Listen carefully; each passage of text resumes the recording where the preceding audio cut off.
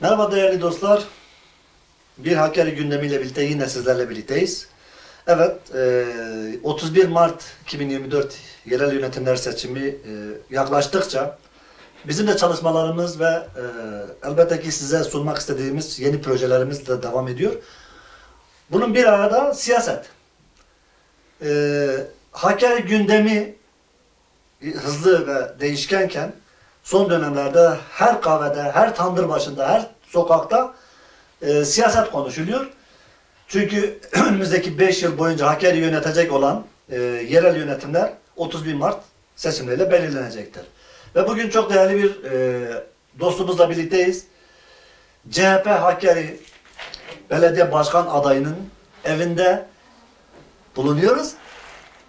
Kendi evinde bizim konuğumuz şu anda. Cüneyt Özbey ile birlikteyiz. Cüneyt Özbek biliyorsunuz rahmetli Fevzi Özbey'in oğlu. Konum olarak şunu söyleyelim. Kısa ben küçük bir not geçerken kendisine bırakmak isterim. Kendi ağzıyla kendisini dinlemek isteriz.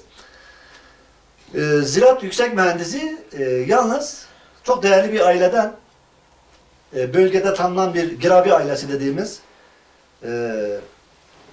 rahmetli Cüneyt Özbey'in oğlu ve yıllarca bürokraside çalıştı.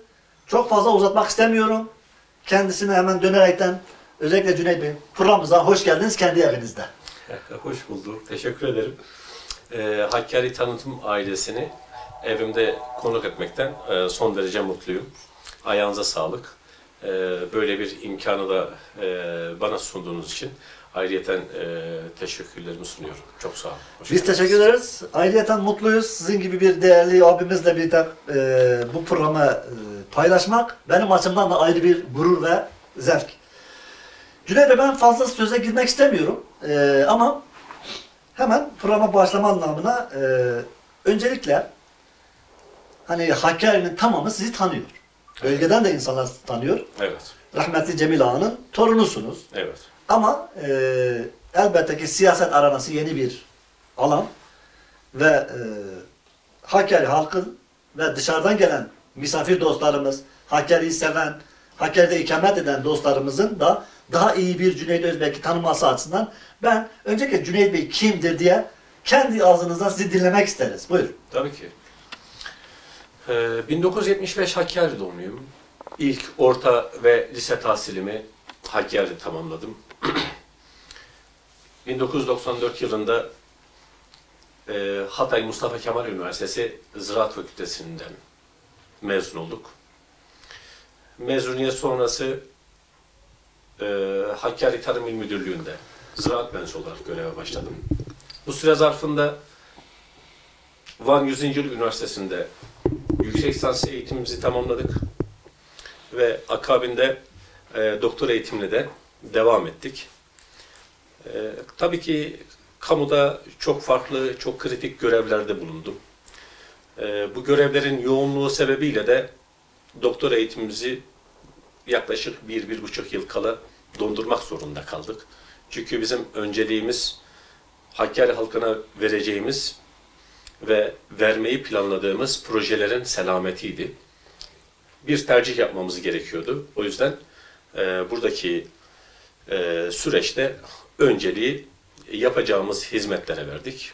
Tabii ki akademik kariyeri de inşallah en kısa zamanda onu da tamamlamayı planlıyorum. Evliyim, 3 çocuk babasıyım. Tabii ki Hakkari benim için bir sevda oldu. Hakkari için, Hakkari halkı için bugüne kadar hep neler yapabilirim, neleri başarabilirim? Tabii bulunduğum kurum Hakkari'nin gerçekliğinin, sosyoekonomik gerçekliğinin aslında bir kurumuydu. Çünkü bölgenin %72-73 geçim kaynağının tarım ve hayvancılığın olduğu bir ilde Tarım İl Müdürlüğü'nde görev yapmanın çok ama çok büyük avantajlarını yakaladım. Aslında en önemlisi kendimi tanıma fırsatı verdiği kurum. Tabii üniversiteyi bitirmişsiniz, içinizde bir heyecan var ama kabiliyetlerinizi, neler yapabileceğinizi bulunduğunuz görevlerde aldığınız kritik kararlar, hizmetler noktasında variyetlerinizi size tanıma fırsatı ve sunma fırsatı aslında buldu. O açıdan bana çok ama çok büyük kazanımları olmuştur kurumumun. Hayat benim için halkıma nasıl daha farklı hizmetler yapabileceğim konusunda avantajlar da sağladı. Aslında yapı olarak da buna müsait bir insanım. Hissiyatı güçlü bir insanım. Bir insanın sıkıntısını veya isteğini yapabilme noktasında ortaya koyduğumuz irade ve buna karşı hisli ve o insanlara karşı yakın durma, o insanların yüreğine dokunma, o insanların yüzünde tebessüm oluşturabilme, onların hayır duasını almak için çok ama çok büyük çabalar sarf ettim. Tabii ki ailemizi, vatandaşlarımızı biliyor. Ancak bizler de birey olarak buna neler katabiliriz?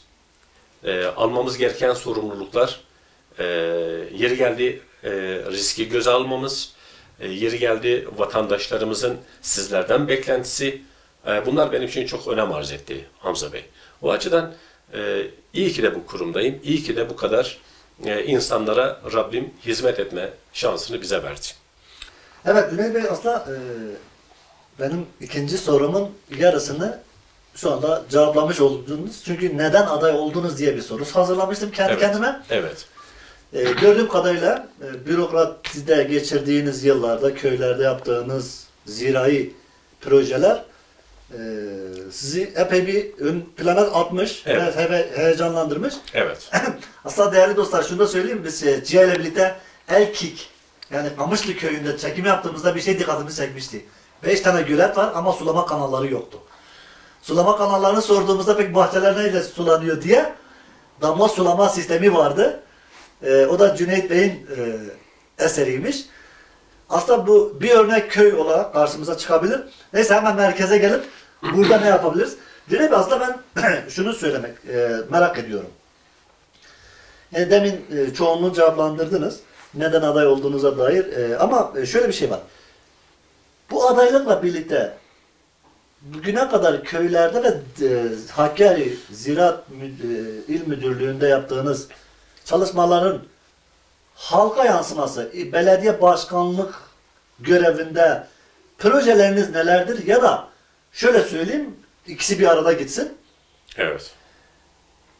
Hakkari Belediye Başkanlığı noktasında sizin elinizdeki doneler ne olacak? Bu halka ne sunacaksınız? Şimdi tabii ki 23 yıllık bir hizmet serüveninin bir yerde ismi değişecek.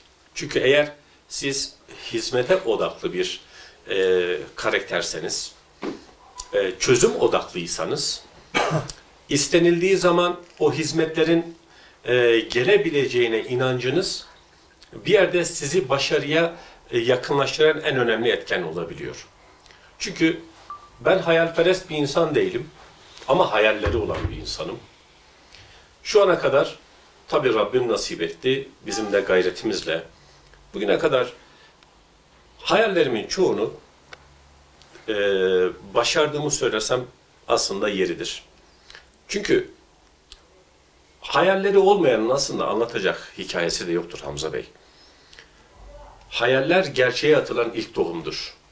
Bunun mücadelesini vermek zorundayız. Bakın, Allah Celle Celaluhu Nisa suresinin 13. ayetinde şunu emrediyor. Biz sizin kaderinizi gayretinize tabi kıldık diyor. Bu işte gayret olmadı mı? Mücadele olmadı mı? İstek, arzu olmadı mı?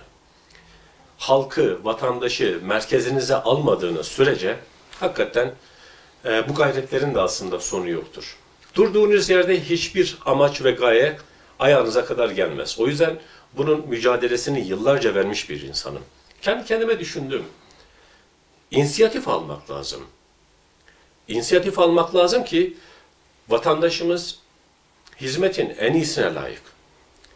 Bunun temelinde bu kadar üniversite okumuşluğumuz, yılların vermiş olduğu bürokratik bir tecrübe bizi bir yerde biraz daha insanlara hizmet edebilecek bir profil olarak karşımıza çıkarabiliyor.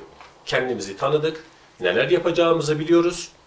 Şimdi bölgeyi iyi bilmek çok önemli Hamza Bey. Ben bölgenin demografik yapısını çok iyi biliyorum. Sadece Hakkari merkezinden bahsetmiyorum. Bu süreç içerisinde önümüze gelen kritik projeleri Hakkari ve il ve ilçelerinin tamamında gitmediğim köy, gezmediğim mezra kalmadı. Her zaman dilimden düşürmediğim bir konuyu da size söylemek istiyorum. İnsanların ailesel aidiyetleriyle siyasi mensubiyetleri benim hizmetlerimin içerisinde asla olmadı. Çünkü benim için o insanın isteği, arzusu ve bizden isteği hep ön planda olmuştur. O açıdan bu kadar mücadele, bu kadar istek, arzu, bu kadar insanların gönlüne girmişlik, insanlarda oluşan bir teveccüh bizi hakikaten siyasi mecranın içerisine koydu. İnsanların bir beklentisi var. Çünkü hakikaten kendini ve halkını ifade edebilen, bu bağlamda yeterliliği olan, bilgi birikimi, deneyimi, tecrübesi olan siyasi figürlere insanlarımızın ihtiyacı var. Özgüven çok önemlidir. Sizin insanlara yaklaşımınız da insanlar tarafından eğer kabul görmüşse, insanları ayrıştırmadan, kaplaştırmadan insanların kalbine, yüreğine dokunmuşsanız, hakikaten insanlar sizi, evet, kamusal alanda uzun yıllar çok farklı görevlerde bulundum. Ama ben hiçbir zaman müdürlük yapmadım. Müdürlük ayrı bir şey, idarecilik apayrı bir şey. Ben idareciliği tercih ettim. Evet, ailemiz köklü bir aile, Cemile Hanım torunuyum. Ama gelinen noktada dijital bir çağdayız. Eğitimin, bilimin, ilimin, çağdaşlığın ön plana konulduğu bir ortamda dedemizin misyonunu bu zamanın şartları doğrultusunda insanlara lanse etmenin doğru olacağını düşünen bir insanım. Çünkü ben ağalık yapmıyorum. Ağalık yapmayı da düşünmüyorum. Ben kendimi şurada konuşlandırıyorum. Benden küçük olan genç kardeşlerimize abilik, yaşıtlarıma ve büyüklerime hizmetkarlığı tercih ettim. Ben iyi bir hizmetkarım. Bugüne kadar hep hizmetkarlık yaptım. Siyasi bir profilin de aslında hizmetkar, iyi bir hizmetkar olması gerekiyor. Benim için, benim tercihim insanların o derdiyle dertlenmek. O hissi durumun bende çok yoğun olduğunu düşündüğüm için siyaseten acaba halkıma daha fazla neler yapabilirimin hep projesi, hep düşünceleri bende hasıl oldu. Ben gençlere çok üzülüyorum Hamza Bey. Yani o kahve köşelerinde, okey salonlarında çaresizlikten dolayı psikolojileri çok kötü, işsizlik almış başını gidiyor. Artık üniversite okumanın da aslında kâr etmediği bir durumda onların o çaresizliği hep aklımın ucunda. Neler yapabilirim? Evet, ben Tarım İl Müdürlüğü'nde görevliydim. Hep kırsal köylerde çok büyük hizmetler yaptım. Ama bu hizmeti ben Hakkari merkezde bir belediye başkanı olarak daha neler yapabilirim? Farklı nasıl insanlara dokunabilirim? Onların o umutlarına nasıl dokunabilirim, temas edebilirimin hep aklımda hep projeleri vardı, hep düşünceleri vardı. Onlara bir şeyler yapmam lazım diyordum. Gençlerimiz, anneler, babalar çocuklarını düşünüyorlar. Çocuklarının geleceklerini düşünüyorlar. Ama gelinen noktada şu an Hakkari'nin şu anki pozisyonu, gerçekliği, bir belediyenin neler yapabileceğini düşünmek çok da zor olmasa gerek. O açıdan Batı'da bu işi çağdaş, sosyal ve istihdam yaratabilen bir belediyenin de Hakkari'de inşa edebileceğimizi öngördük, düşündük. Çünkü insan ilk önce kendine inanmalı. İnanmak da başarının yarısıdır Hamza Bey. Ben bu konuda kendimi gerçek anlamda çok yeterli görebiliyorum. Çünkü eğer sahayı biliyorsanız, eğer kendinizin de neler yapabileceğini eğer biliyorsanız, zaten o başarıya, o çözüme çok yakınsınız demektir. Bunlar olduğu sürece ben, Allah nasip ederse, tabii ki belediye başkan adayıyım şu an. Belediye başkanlığım eğer olursa, çok kısa zamanda halka dokunabilecek, halkta memnuniyet uyandıracak, Hakkari halkının ve Hakkari çehresinin sorunlarını çok ama çok iyi bilen bir insan olarak çok güzel şeyler başaracağımı bildiğim için bu göreve de tabi oldum. Cüneyt Bey, şimdi ben aslında biraz daha somuta indirgemek istiyorum. Evet. Yani yorumlarınız, bakış açınızı ben şahsen takdir ediyorum ve inşallah %100'üne de ulaşırsınız. Evet. Hakkari Belediyesi'nde biraz somut izleyicilerimizin baktığı zaman Evet. Cüneyt Bey gelirse şunu yapma sözü verdi, bekliyoruz. Evet. Biraz somuta indirgersek ne yapacaksınız? Şimdi ilk önce ben çözüm odaklı bir insanım Hamza Bey. Evet, Hakkari Belediyesi şu güne kadar hep bilindik, klişeleşmiş yoldur, sudur, kanalizasyondur, çöp işlerinin dışına maalesef çıkamadı. Ama bu artık kabul görmeyen bir belediyecilik anlayışıdır.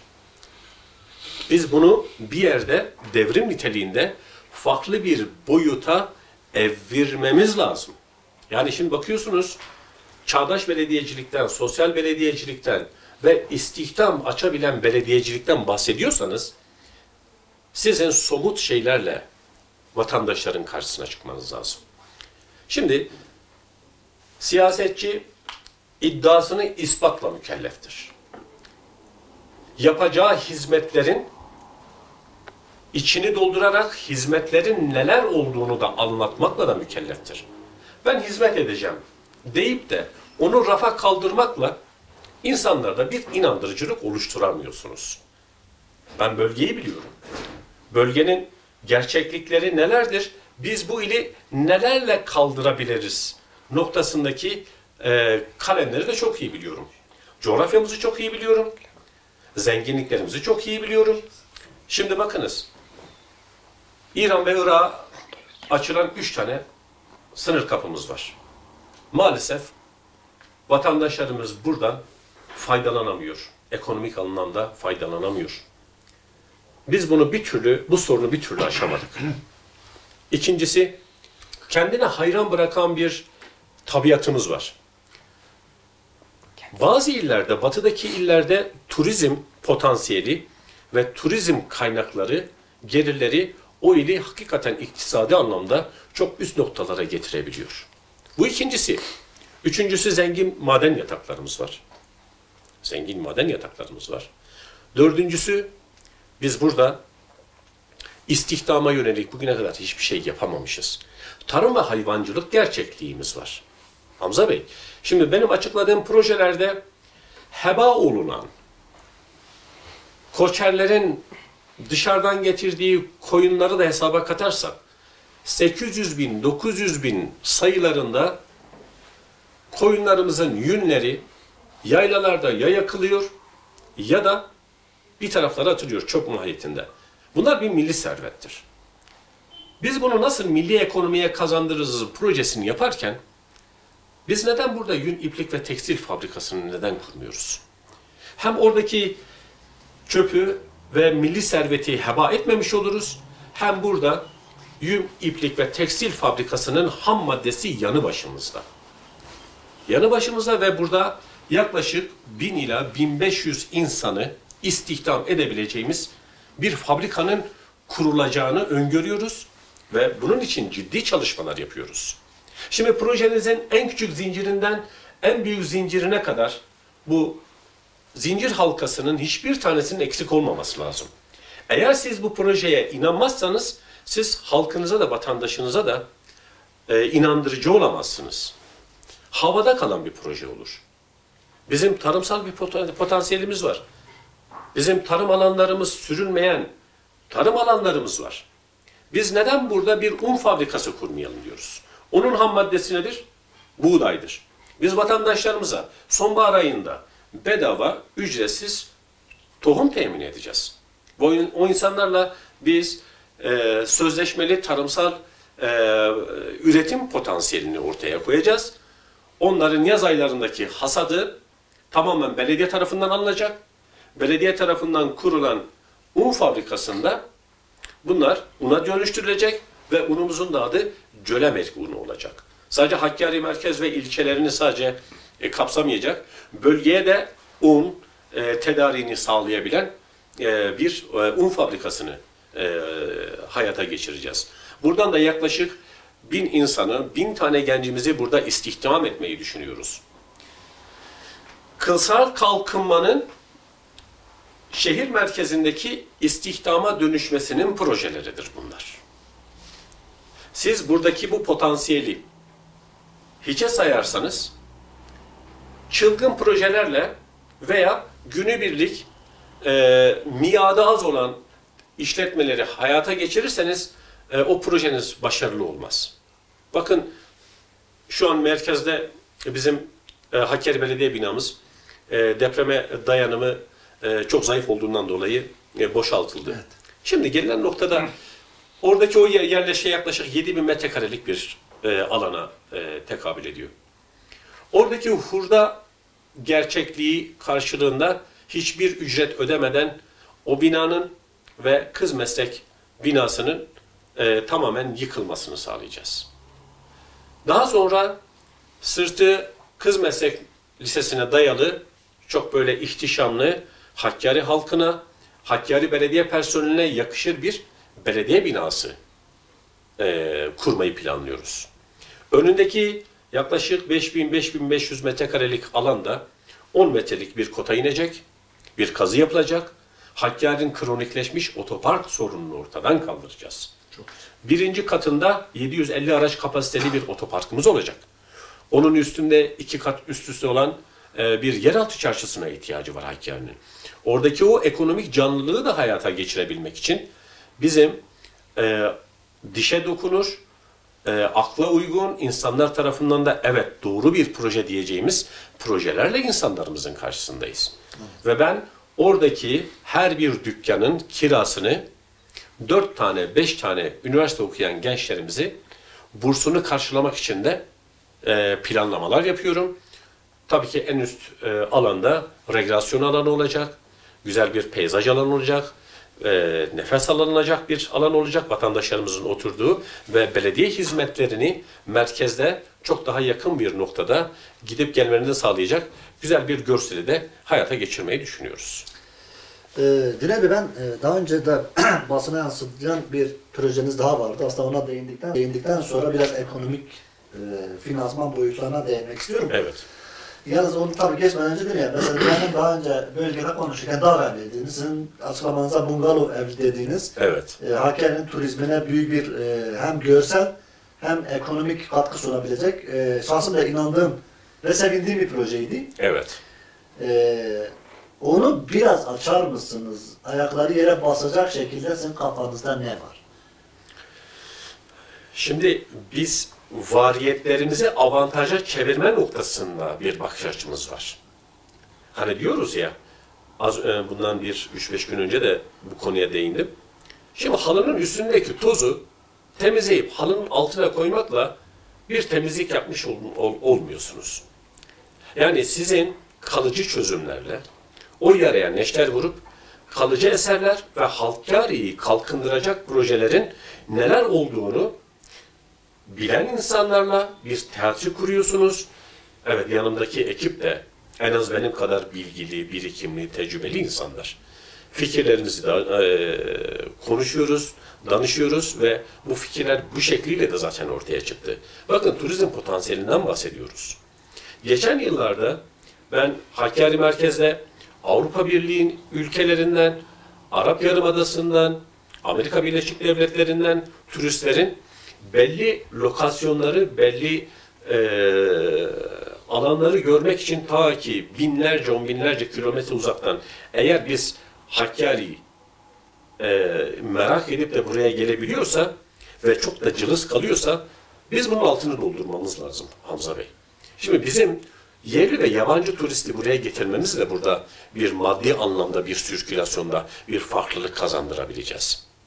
Şimdi Sümbül Dağı'nın ihtişamı, Mergabütan Kayak Merkezi'nin o güzelliği, o görselliği ve karın en geç eridiği bir kayak merkezinin olması, bunların dışında diğer mevsimlerdeki doğa sporlarını cazip hale getirip dışarıdan insanları buraya getirmenin çabası ve gayretleri içerisinde olacağız. Şimdi bakın, siz burada konaklama problemini ortadan kaldırmadığınız sürece ve burada konaklama sorununun olmadığını eğer karşı tarafa gösterebilirseniz buraya insanlar oluk oluk turistler gelecektir. Neden buraya yıl içerisinde belki 1000, belki 2000 tane yerli ve yabancı turist geliyor? Biz neden bunu 10 binlere çıkarmayalım? Dedim ki, Mergabütan Kayak Merkezi'nin kuzey yamaçlarına şöyle bir bakıldığı vakit bungalov evler, diğer adı dağ evlerini biz oraya yaptığımız zaman büyük boylu çam ağaçları, yapraklı ağaçları o bölgenin belli noktalarına diktiğimiz vakit görsel anlamda hem ilimizin tanıtımı noktasında hem cazibe merkezi noktasında insanlarda bir memnuniyet oluşacaktır. Ve siz bu sahayı, siz bu altyapıyı oluşturmadığınız sürece biz turizmden bahsedemeyiz. Biz Hakkari'yi iyi tanıtamadık Hamza Bey. Maalesef. Biz bugüne kadar eğer Hakkari'yi tanıtabilmiş olsaydık, bakın bazı doğa derneklerinin paylaşımları, onların batıdaki ikili ilişkilerinden kaynaklı insanlarımız buraya geliyor. Bunun temelinde belediye bunun asli unsurudur. Belediye ilini çok ciddi anlamda tanıtacak araç ve gereçlere sahip olması lazım. Biz burayı tanıtmadığımız sürece insanların bize ve bölgeye algısı değişmeyecektir. Bu Kadir Şinas, bu mert insanları ve bu güzel coğrafyayı tanımak isteyen, görmek isteyen insanların sayısını artırmak zorundayız. Biz burada festivallerin merkezi olması lazım buranın. Burada biz her türlü dilden konserler verebilen bir Hakkari'yi ortaya koymamız lazım. Bu bir iddiadır. İstendiği zaman yapılabiliyor. Çok ufak bir örnek vereceğim. Bakınız, İstanbul Büyükşehir Belediye Başkanımız Sayın İmamoğlu bundan 6-7 ay önce İstanbul'un bir semtinde 4 çeşit yemeği 40 liradan insanlara hizmette sunuldu. Şu an Hakkari merkezde biz bir çorbayı dahi 40 lira değil 50-60 liraya içerken belediye başkanımız 4 çeşit yemeği 40 liradan insanlara bu hizmeti sunabiliyor. Ha demek ki isteyince olabiliyor. Ekonomik şartların ne kadar ağır olduğunu, insanların ne kadar zorlandığının çok iyi bilen bir insanım, buna şahidim. Ama biz nereye kadar sosyal yardımlarla bu insanları ayakta tutacağız? Yani bu sosyal yardımlarla, bu yamalarla, bu pansuman siyasetiyle biz amacımıza ulaşamayacağız. Kalıcı, süreklilik arz eden istihdam alanlarını yaratmak zorundayız. Ama vatandaşlarımıza da düşen bir görev var. Özellikle rica ediyorum. Lütfen bu seçimler hizmet seçimi. Hizmetin seçileceği bir seçim. Projelerin seçileceği, projelerin yarışacağı, fikirlerin tartışılacağı, iddiaların ortaya konup da bu doğrultuda hangi insanın bu ile bu belediye başkanlığını yapabileceğinin aslında seçimi.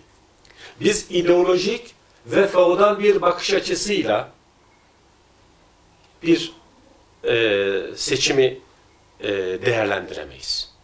Herkesin bir ideolojisi vardır. Hiçbir parti de şu an ideolojik noktadaki gerçekliğini ortaya koymadan hizmet odaklı, hizmet merkezli bir siyaset yürütüyor. Ben bugüne kadar yapacağım projelerin tamamen adını açıkladım. Hiç havada kalan bir projem yok. Ama ben burada devreye girmek istiyorum. Buyurun. Projeler çok güzel. Peki hemen Hakkari Belediyesi'nin ekonomik durumunu gazeteci olarak az buçuk biliyor. Siz de siyasetçi olarak yakından takip ediyorsunuzdur. Evet. rakam vermeyeceğim ama gelirle giderin bile maaşlarda bile gelirle giderin birbirini dengelemediği bir belediyeden bahsediyoruz. Evet. Muazzam borcu olan, 100 milyon borcu olan bir belediyeden bahsediyor ve siz oraya adaysınız. Evet. Talipsiniz Evet. böyle belediye. Evet. Bu projeler de çok hoşuma gitti. Bungalov evleri olsun, fabrika olsun, yün tekstil fabrikaları ve imalathaneleri olsun. Evet. İşsizliğe çözüm bulacak şeyler. Evet. Peki siz bunu nasıl finanse edeceksiniz? Hakkari Belediyesi'nin parası yok bildiğim kadarıyla. Evet, doğru. Ama sizin de muazzam bir yani hem belediye binasından ve otoban sorunundan da bahsettiniz. Size büyük bir para lazım. Evet, doğru. Ve yaklaşık sayarsak herhalde bir 8-10 tane ana projeniz var. Ama bu 8-10 projeye para lazım. Nasıl bulacaksınız? Tabii finansman hususu aslında en önemli husus. Şimdi bu projeleri hayata geçirebilmek için aslında ciddi anlamda bir kaynağa ihtiyaç var. Belediyemizin borç yükünün çok olduğunu, tabii her vatandaş gibi ben de bunu biliyorum, duydum. Gelir gider tablosunda yaşanan sıkıntıları çok iyi biliyorum. Ama siz bir yerde belediye gelirlerini arttırdığınız sürece siz bu hizmetleri vatandaşlara verebilirsiniz. Ama bunun öncesinde önemli 2 tane fabrikamızın yapılabilmesi, Hakkari Belediye binasının ve otoparkının, yeraltı çarşısı gibi biraz maliyetli projelerin hayata geçmesi için hakikaten ciddi anlamda bir maddi bir imkana ihtiyacımız var. Aday tanıtım toplantısında Sayın Genel Başkanım Özgür Özel'le bir görüşme şansım oldu. Sayın Genel Başkanımız aynen şunu dedi bize. Cüneyt Bey, eğer vatandaşımızın teveccühü partimize ve size olduğu takdirde biz sadece bir büyük şehrin kardeş belediyeciliği değil de şu an elimizde 11 tane büyük şehir belediyemiz var. Tabii ki onların imkanları çok fazla, onların gelirleri çok fazla. Bütün belediyelerin dayanışması içerisine Hakkari'yi de alacağız. Ve sizin bu projelerinizin kaynağını biz buradan çok ama çok rahat bir şekilde sağlayabileceğiz. Bakınız. Bu sözü aldınız mı? Tabii ki aldım. Şimdi, o zaman özür dilerim şunu söyleyeyim. Hemen tarihe not düşelim. Buyurun. Bakın arkadaşlar, bugün Cüneyt Bey'in huzurunda ve Genel Başkanımızın Özgür Özel Bey'in Hakkari'ye sözü var. Önümüzdeki süreçte takipçi olacağız. Hakkari tanıtım olarak çünkü biz bu şeyleri çok seviyoruz. Evet. Verilen sözleri takip etmek benim çok hoşuma gidiyor. Haklısınız. Arkadaşlar, Hakkari Belediye Başkanlığı noktasında Cüneyt Bey'in şu ana kadar anlattığı yün tekstil, un fabrikası, belediye binası, yeraltı çarşısı ve otopark ve daha birkaç proje daha var. Onların genel merkez tarafından verilen sözle diğer kardeş belediyeler noktasında birden fazla belediyeler diyorum bilerek Evet, evet. bunun olacağını sözünü almış durumdayız. Buyurun, özür diliyorum. Lafınızı bölmüş olduk ama bu önemliydi. Yok, haklısınız. Bir diğer husus bakın. Biz yaklaşık 75 bin nüfusu olan bir iliz. Biz tüm nüfusu göze aldığımız vakitte biz İstanbul'un, Ankara'nın, İzmir'in ve diğer büyük şehirlerin bir mahallesi kadar değiliz. Şimdi İstanbul Belediyesi'nin şu an 2024 kaynağı bütçesi 200 milyar dolar. Hamza Bey. Şimdi bizim bu projelerimiz belki vatandaşlar tarafından çok büyük addedilebilir. Ama inanın yeter ki insan hizmet odaklı olsun. Yeter ki bir şeyleri başarabilme çabasını, o dirayeti göstersin. Hiçbir şey hayal değildir. Kesinlikle.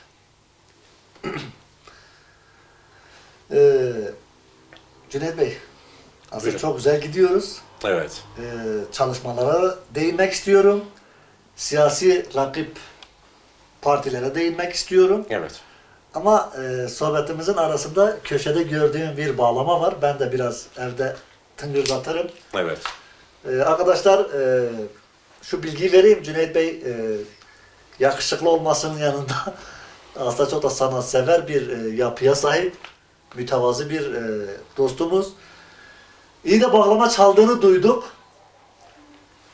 Şahsen şunu söyleyeyim. Yıllar önce Sayın Selahattin Demirtaş'ın bir televizyon programında bağlama çalması beni çok etkilemişti. Siyasilerin bağlama çalması beni etkiler. Evet. Hoşuma gider. Evet. Çünkü ben şuna inanıyorum. Bir enstrüman çalan insan her zaman duygusal bir insandır ve sevecen bir insandır. Eğer zahmet olmazsa, bir talepte bulunsak bize bir şey çalma durumunuz var mı?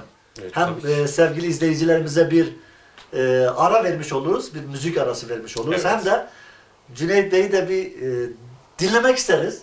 Sohbetimize eğer Cüneyt Bey kabul ederse bir eserden sonra devam edeceğiz. Çalışmalara ve çalışmalar nasıl gittiğine ve siyasi rakipler noktasında Hakkari'deki yerel yönetimler çalışmasını devam edeceğiz.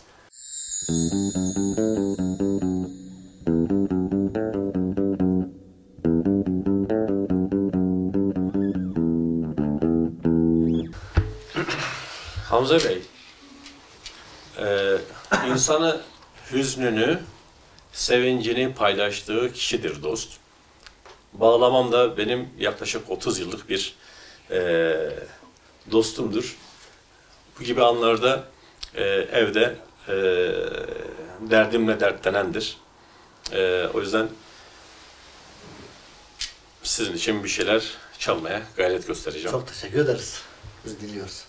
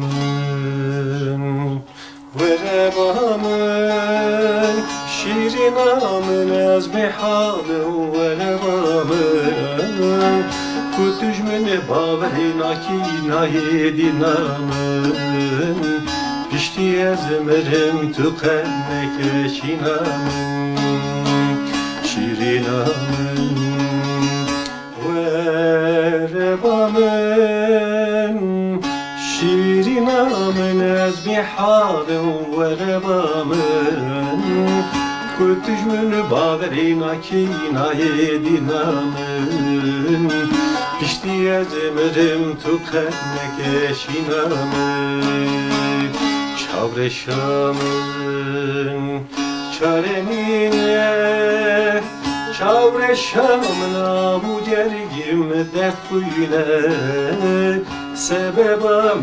nevdeli boytevine, vermeli hevaru vakinu gazime, şirinamın ve rebamın, şirinamın ezbihalın ve rebamın, kutujmün baverina kinaye dinamın, pişti ezmerim tükenmek şinamın. Ay maşallah. Ay maşallah. Bakın bir de Musa Eroğlu Üstadımızdan bir şeyler çalmak istiyorum.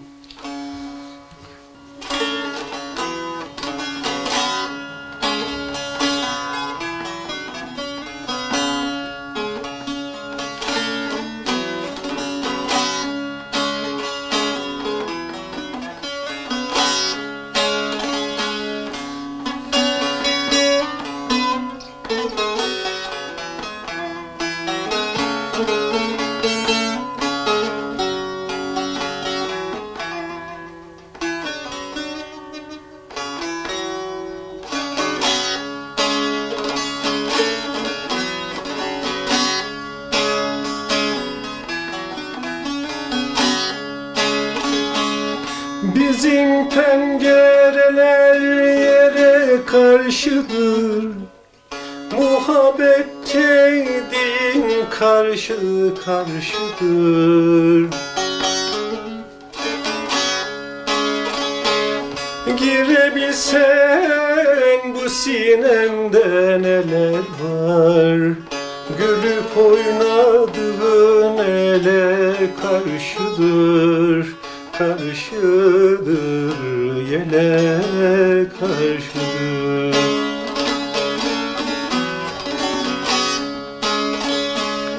Girebilsem şu sinemde neler var, gülüp oynadığın ele karşıdır, karşıdır, ele karşıdır.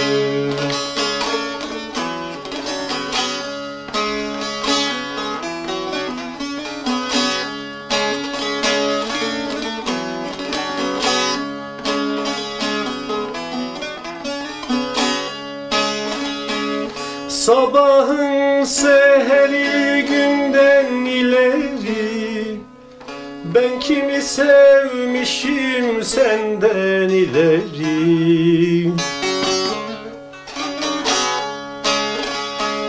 Ziyaret olmuşsun, kurban istersin, kurban bulamadım candan ileri, ileri, candan ileri.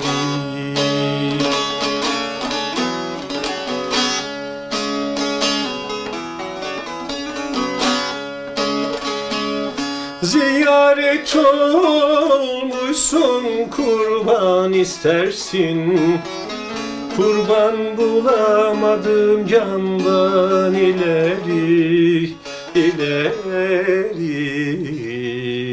candan ileri.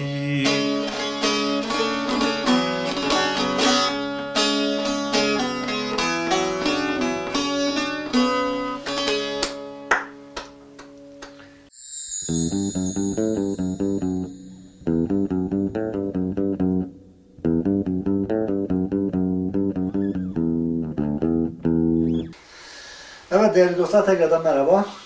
Cüneyt Bey'in müthiş bağlama sunumundan sonra tekrar birlikteyiz.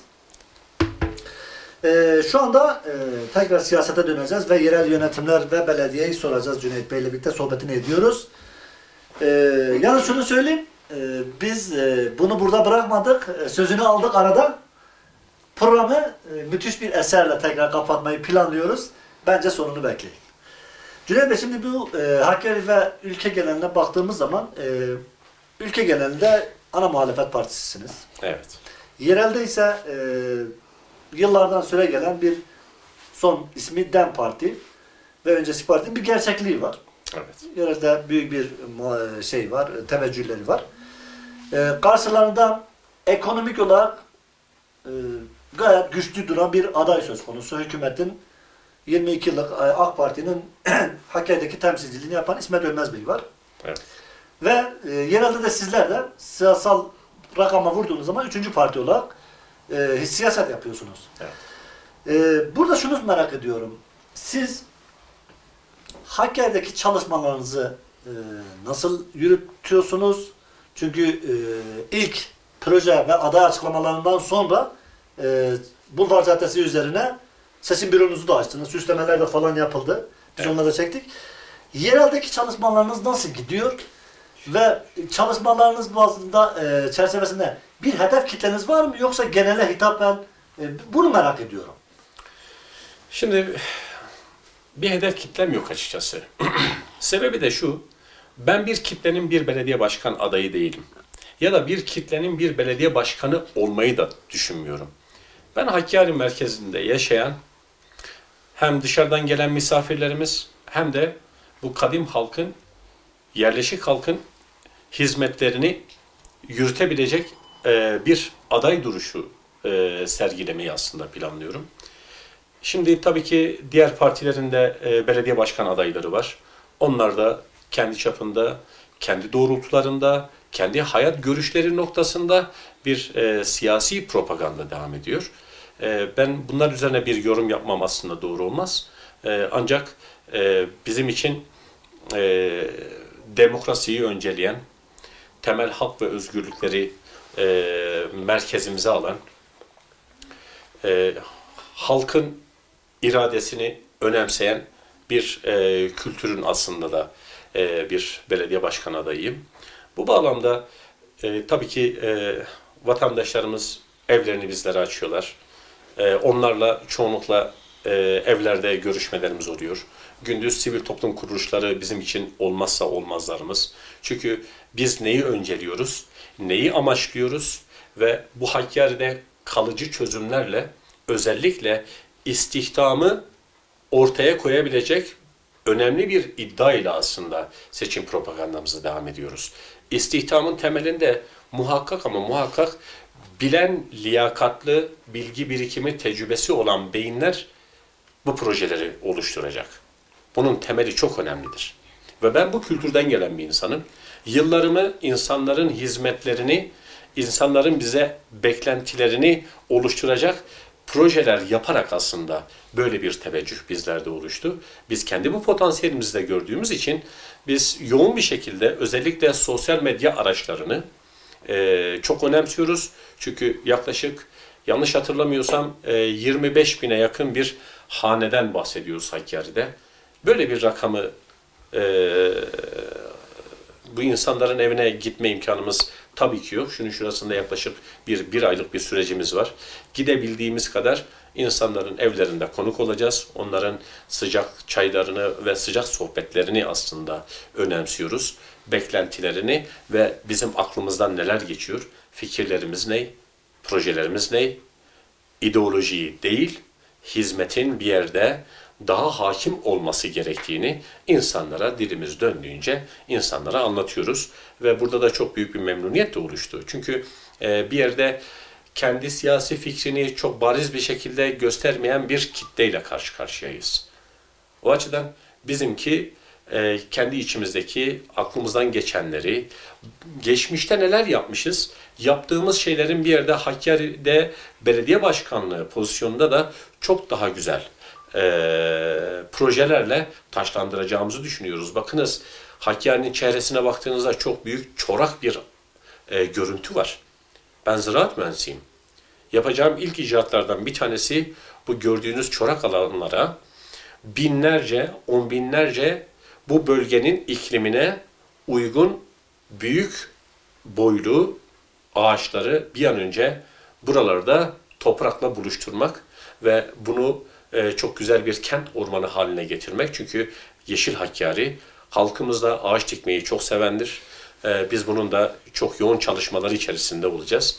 Tabii bizim seçim taahhütlerimiz içerisinde çok kalem var. Süremiz kısıtlı olduğu için ben bunu sosyal medya üzerinden de insanlarımıza aktaracağım. Ama sonuç itibariyle ben Cumhuriyet Halk Partisi'nin Hakkari Belediye Başkanı adayıyım.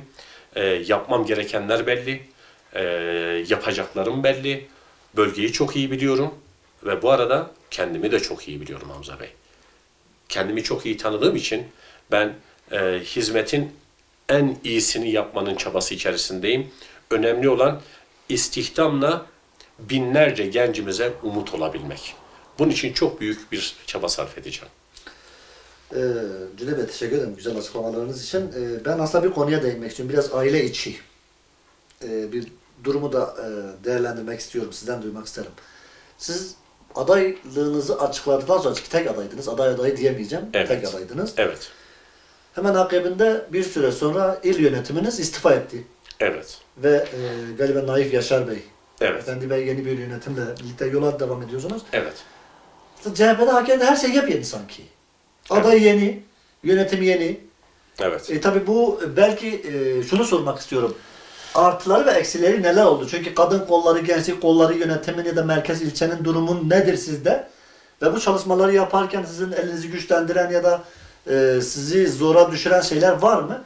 Ben biraz da CHP'nin Hakkari'deki durumunu da değerlendirmek istiyorum ve bunu önümüzdeki dönemlerde lokomotif güç olarak sizin bu belediye seçimlerinden sonrasında bile kazanırsınız, kazanmazsınız. Evet. CHP Hakkari kimliği nasıl bir yere evrilecek? Siz ve dostlarınız, yeni dostlarınızla birlikte.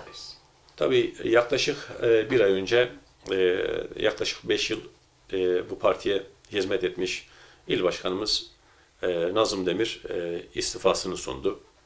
Tabii herkesin bir siyasi kararı vardır. Bu siyasi kararlara, bu gibi kararlara aslında saygı duymanın ötesinde başka bir şey yapamayız. Allah yolunun bahtını açık eylesin. Cumhuriyet Halk Partisi şahısların partisi değildir. Fikirlerin, ideolojilerin partisidir. Bakınız biz şu ana kadar partimizin ilk genel başkanı, bu ülkenin kurucusu Gazi Mustafa Kemal Atatürk'tü. Kurucu genel başkandı.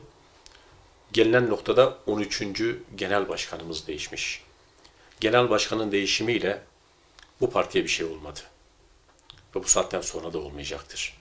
Biz bunu zaten öngörüyoruz çünkü 100 yıllık bir parti. Biz elbette hemen bir yönetim kuruldu.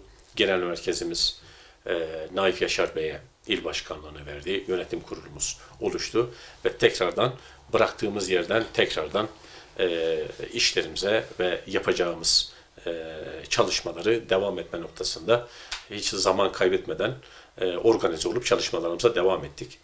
Hamza Bey, tabii ki biz tabela partisi değiliz. Biz tabela partisi değiliz. Biz ana muhalefet partisiyiz. Denge partisiyiz. Evet, bu seçimlerin nereye evrileceğini bilemiyoruz ama daha güçlü bir Cumhuriyet Halk Partisi, daha güçlü bir muhalefetin inşası için Hakkari'de inşası için gerek kadın kolları, gerek gençlik kolları yönetimlerimizin de bir an önce oluşarak bizim sırtımızdaki yükü onlar da yüklenecektir. Onlarla beraber bu hizmet yarışı içerisinde bizlere de her türlü gayreti göstereceklerini görüyoruz, öngörüyoruz. Bakınız biz bu seçimlerden çok ama çok güçlü bir şekilde çıkacağız. Evet, şu an elimizde 11 tane büyük şehrimiz var. Yapılan çalışmalarda kadınları önceleyen, gençleri önceleyen adaylarla sahalardayız. Ha, demek ki bilgi birikimi, liyakatı ve gençliği önceleyen bir siyaset tarzı koydu Sayın Genel Başkanımız. Biz de bu doğrultuda üzerimize düşen görevi yapacağız. Ama şunu da öngörüyorum. 2028 yılında Allah'ın izniyle biz iktidar olacağız ve Cumhurbaşkanlığı noktasında, parlamento salt çoğunluğu noktasında da Cumhuriyet Halk Partisi Türkiye halklarının, vatandaşlarının teveccühünü alacak ve çok daha güzel, demokrasiyi önceleyen, temel hak ve özgürlükleri merkezine alan ve her insanı sanki kendi seçmeniymiş gibi gören ve herkese dokunabilen bir siyasi zihniyeti de ortaya koyaraktan güzel bir çalışmayla iktidar olacağımıza ben yürekten inanıyorum.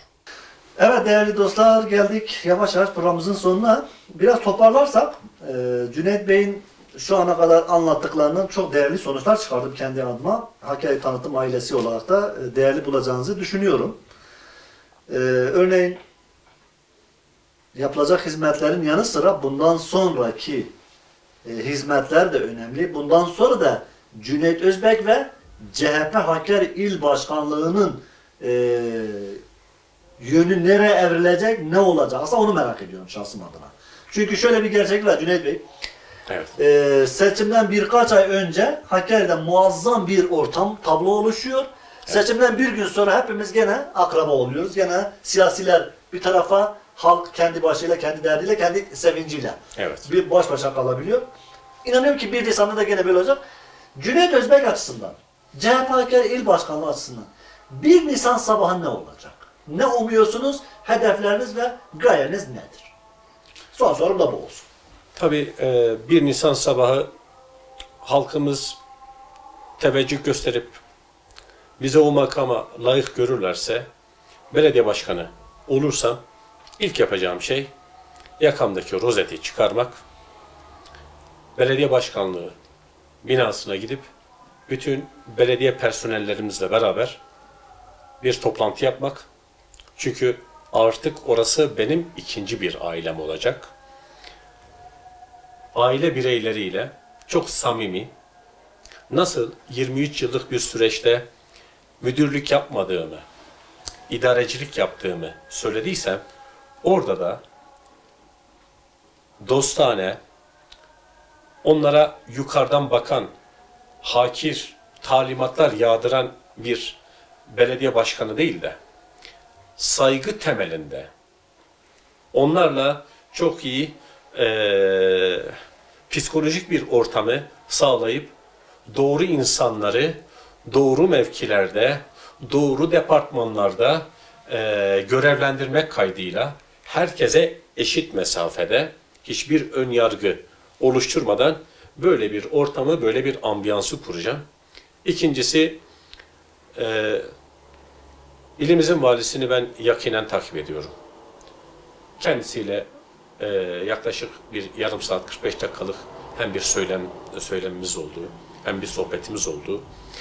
Onun haricinde sosyal medyadan da takip ediyorum. 7'den 70'e Hakkari'deki insanlarda Sayın Valimizin mizacına, tavırlarına ve gayretlerine, çabalarına bir teveccüh var. Bunu ben de görüyorum. Sayın Valimizle ortak tarafımız, en önemli ortak tarafımız şu, onu görüyorum. Sayın Valimiz çözüm odaklı. Ben belediye başkanı olduğum vakit, başta Sayın Valimle, üniversite akademik personeliyle, bütün kamu kurum ve kuruluşlarıyla, ilimize şu an faal görev yapan sivil toplum kuruluşlarıyla, ilin dinamikleriyle beraber koordineli, Hakkari'ye daha fazla neler yapabiliriz, yükümüzü hafifletme noktasında bir ortamın inşası için çok büyük çaba sarf edeceğim. Çünkü ben bir kitlenin, bir ailenin belediye başkanı değil, Hakkari'deki bütün insanların belediye başkanı olmuş olacağım. O yüzden tevazuyu hiçbir zaman elden bırakmayacağım ki bugüne kadar bırakmadığım gibi. Dediğimiz gibi insanlara yukarıdan hakir bakan bir insan asla olmadım. Hep hizmetkar rolünde oldum. Çünkü hep hizmet ettim. Siyasetçi hizmetkar olursa insanlarda memnuniyet oluşur. Her insanın yüreğine dokunup onlar için, özellikle gençlerimiz için çok kısa zamanda çok büyük çalışmalar yapmanın gayreti ve çabası içerisinde olacağım. Ancak halkımız başka bir partiye, başka bir adayımıza bu görevi verdiği zaman da ben vatandaşlarımın şu düşüncesine, şu iradesine de saygı göstereceğim. Bana oy veren, vermeyen bütün vatandaşlarımıza hepsine tek tek teşekkür edeceğim. Çünkü biz sadece bir anlık için Cumhuriyet Halk Partisi'ne gelip de siyaset yapmayı da amaçlamadım. Yolumuza devam edeceğim. Yolumuza devam etmek zorundayız çünkü. Toplumun bizim gibi insanlara, bizim de bu topluma ihtiyacımız var. Bizim diğer batı illerinden geri kalır tarafımız yoktur.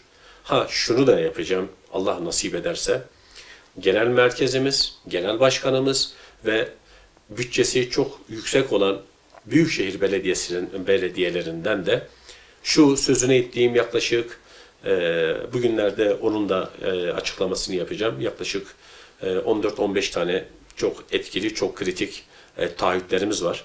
Bu taahhütlerin en azından bir kısmını dahi belediye başkanı olmasam dahi, buradan Cumhuriyet Halk Partisi'nin milletvekili olmasa dahi buraya bu hizmetlerin bir kısmını getirmek için çok ama çok büyük bir çaba sarf edeceğim. Çünkü muhalefet bir yerde demek bu demek aslında. Yani illahi bu ile dokunuşlar sadece iktidar partisi tarafından değil, muhalefet tarafından da yapılması lazım. Bizim de çok eleştirdiğimiz konular var, noktalar var. Ama maalesef bunun izahatı gerçek anlamda yapılmamış. Ben bunun da öncülüğünün yapacağını burada sözünü veriyorum. Sayın Özbek çok teşekkür ederiz. Bu son cümleniz de benim açımdan değerli çünkü hizmet için ille de iktidar gücüne ihtiyaç yoktur. Evet. Bunu söylüyorsunuz. Ben de buna inananlardanım. Bize evinizi açtınız. Kendi evinizde bize misafir oldunuz. Hakkari Tanıtım ailesine. Çok teşekkür ederiz. Ben teşekkür ederim. Böyle bir fırsatı bana sunduğunuz için Hakkari Tanıtım ailesine çok teşekkür ediyorum. Bizim için öncelikli halkın refah seviyesini ve bu psikolojik ortamı bertaraf etmek için herkesin elinden gelen gayreti göstermesini de umut ediyorum. Ayağınıza sağlık, yüreğinize sağlık. Çok teşekkür ederim. Cüneyt Bey, sizin huzurunuzda aslında bir açıklamayı da yapmakta. Başta yapmam gereken bir açıklamayı belki sona yaptım. Evet. Bir borç biliyorum. Biz gazetecilik yapıyoruz. Hakkari Tanıtım ailesi olarak da gazeteciliğimizi devam ettireceğiz ve 5N 1K abilerimizin bize öğrettiği şekilde yapmaya devam edeceğiz. Bugün de bunun birincisini yapmış olduk. Cüneyt Özbek'le birlikte kendi evinde CHP Hakkari Belediye Başkan adayının fikirlerini dinledik, yorumunu aldık. Biz her partiye ama her partiye eşit mesafedeyiz. Biz Hakkari'de hizmet etmek isteyen, Hakkari'de taş üstüne taş koymak isteyen, Hakkari'de bir fikrim var diyen herkesin yanındayız. Yanındayız derken karşısında olacağız. Objektifimizle mikrofonumuzu uzatacağız. Bugün bölüm birincisini yaptık. Diğer partilerdeki değerli dostlarımıza da çağrımızdır. Hakkari Tanıtım mikrofonları hepinize açıktır. Evet. Bizi davet ederseniz, bize zaman ayırmak isterseniz kesinlikle bugün Cüneyt Bey'de başlattığımız yerel yönetimler seçimlerinin adaylarının fikirlerini halkla buluşturma projelerimizin birincisini yapmış olduk. Gurur duyduk. Genç bir aday, birikimli bir aday, donanımlı bir aday. Fikirlerini dinledik. Elbette ki kendisiyle de planlı bir şekilde yapılan hizmetleri açıklama projelerinden bahsetti. Burada bitmiş değil. Cüneyt Bey ve CHP Hakkari İl Başkanlığı'nın projeleri sadece bugüne kadar açıklananlar değildir. Önümüzdeki günlerde heyecanı devam ettirme namına değişik projelerden 15 tane taahhüt, 15'ini de tamamen tek tek mikrofonları uzatıp dinleyeceğiz ama aralıklarla. Demin de söylemiştik, çok hoşumuza giden bir arada bir sanat icra edildi. Cümleyi onunla bitirmek istiyorum. Eğer Cüneyt Bey de bize verdiği sözü yerine getirirse bir eserle, çok güzel bir eserle programı kapatmak istiyorum. Tekrardan çok teşekkür ederim. Var olun. Başarılar diliyorum. Çok sağ olun, çok teşekkür ederim.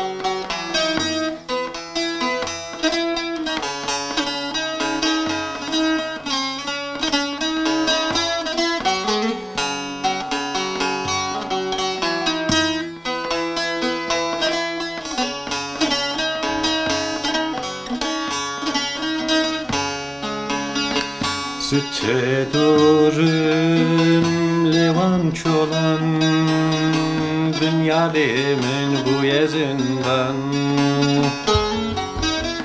Sütte durum levanç olan dünyalimin bu yezinden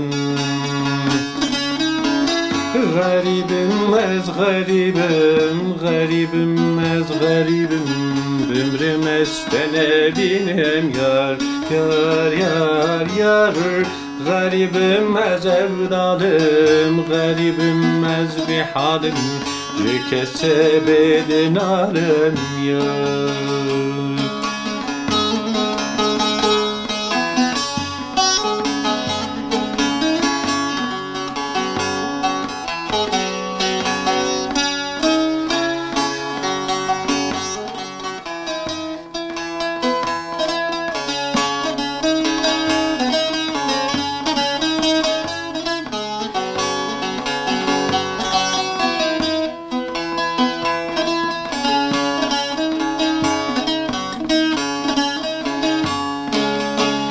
Gava tütey biramın, garibi de çezoramın. Gava tütey biramın, garibi de çezoramın. Garibim ez garibim, garibim ez garibim. Ömrüm estene binim yar yar yar yar. Garibim ez evdalım, garibim ez bihalim. Ji kese bedin alem